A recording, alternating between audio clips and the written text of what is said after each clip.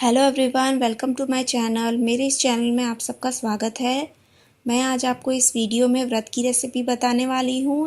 व्रत में खाए जाने वाले जीरे आलू की रेसिपी बताने वाली हूँ।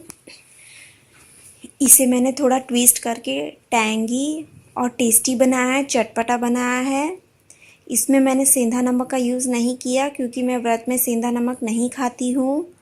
आप इसमें डाल सकते हैं और करी लीव्स भी मैंने यूज़ किए हैं जो कि ऑप्शनल है। आप चाहे तो डालें और न चाहे, अगर नहीं पसंद हो तो आप न भी डालें, वो आप पर है। इसे बनाने के लिए हमें किन किन चीज़ों की ज़रूरत है आइए देख लेते हैं।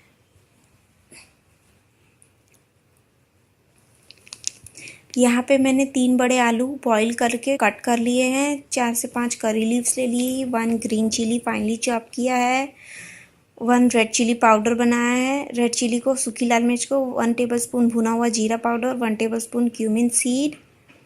आइए देखते हैं इसकी रेसिपी। पहले मैंने कढ़ाई में तेल डाला है, उसे गर्म होने देंगे। 2 to 3 टेबलस्पून तेल है। अब उसमें हम क्यूमिन सीड डालेंगे। क्यूमिन सीड को थोड़ा क्रैकल होने देंगे।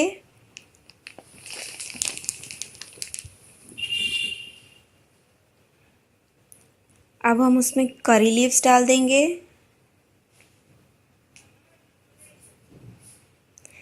करी लीव्स ऑप्शनल है, आप चाहे तो डालें।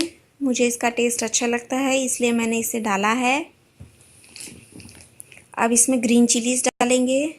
अगर आप ज़्यादा तीखा खाना पसंद करते हो तो आप 2 ग्रीन चिलीज भी डाल सकते हैं।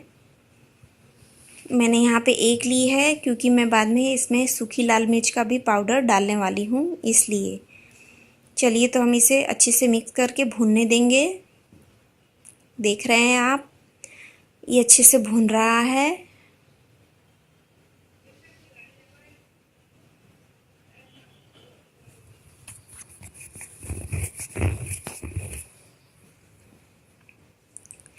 देखिए तो ये अच्छे से भून गया है, आप देख सकते हैं। अब मैं इसमें आलू जो है मैंने काट के रखे हैं वो डाल दूंगी उबाले हुए, और इसे अच्छे से मिक्स कर लूँगी। ये मैंने आलू उबाल के उन्हें कट कर लिया है छील के। आलू को ध्यान रहे ज़्यादा ना उबाले वरना वो एकदम स्मैशी हो जाएंगे, वो प्रॉपर मतलब इस शेप में नहीं रहेंगे। देखिए तो मैंने इसे भून लिया है। अब मैं इसमें जो सूखी लाल मिर्च है उसको भून के उसका पाउडर बनाया है वो डाल रही हूँ 1 टेबलस्पून। 1 टेबलस्पून भुना हुआ जीरा पाउडर है, मैंने जीरे को ड्राई रोस्ट करके उसका पाउडर बना लिया है, वो डाला है। अब इसे अच्छे से मिक्स करके हम भूनेंगे, अच्छी तरीके से भूनेंगे, थोड़ा क्रिस्पी हो जाए हर ओर से। इसे भूनेंगे तो जितना भुनेगा उतना इसका टेस्ट अच्छा आता है और खाने में भी अच्छा लगता है। इस स्टेज पे आप इसमें सेंधा नमक डाल सकते हैं, मैंने नहीं डाला है क्योंकि मैं नहीं खाती हूँ। अब इसे हम अच्छे से भूनने देंगे ताकि हर ओर से थोड़ा क्रिस्प जैसा हो जाए। देखिए तो अच्छे से भून रहा है, आप देख सकते हैं। इसे हमें थोड़ी देर बाद चलाते रहना है वरना ये नीचे लग सकता है। आप देख रहे हैं इसमें कैसे लग रहा है। इसे अच्छे से चलाते रहें। देखिए तो इसे चलाते हुए ही ये अब अच्छे से भून रहा है। इसे भूनना है हमें अच्छी तरीके से।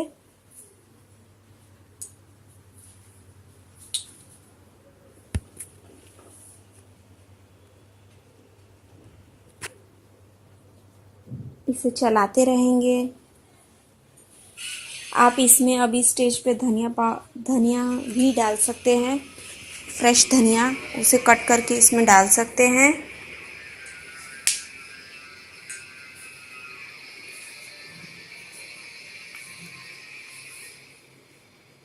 अब ये चारों ओर से अच्छी तरीके से क्रिस्प और भून गया है, आप देख सकते हैं, और रेडी भी हो गया है।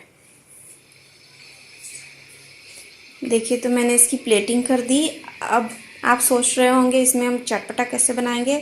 अब मैं ये जो आधा नींबू है उसे स्क्वीज़ करूँगी इसके ऊपर, ये नींबू का रस डालूँगी जिससे ये थोड़ा चटपटा हो जाएगा। अगर आप व्रत में चाट मसाला खाते हो तो आप चाट मसाला भी डाल सकते हैं। अब मैं इसे डाल के इसके ऊपर, अब ये रेडी है खाने के लिए। आप देख सकते हैं कितना अच्छा लग रहा है, इसका कलर कितना अच्छा आया है। अगर आपको मेरी ये रेसिपी पसंद आई हो तो प्लीज़ इसे लाइक करें, मेरे चैनल को सब्सक्राइब करें और ज़रूर बनाएं और कमेंट करें कैसी बनी। Thank you.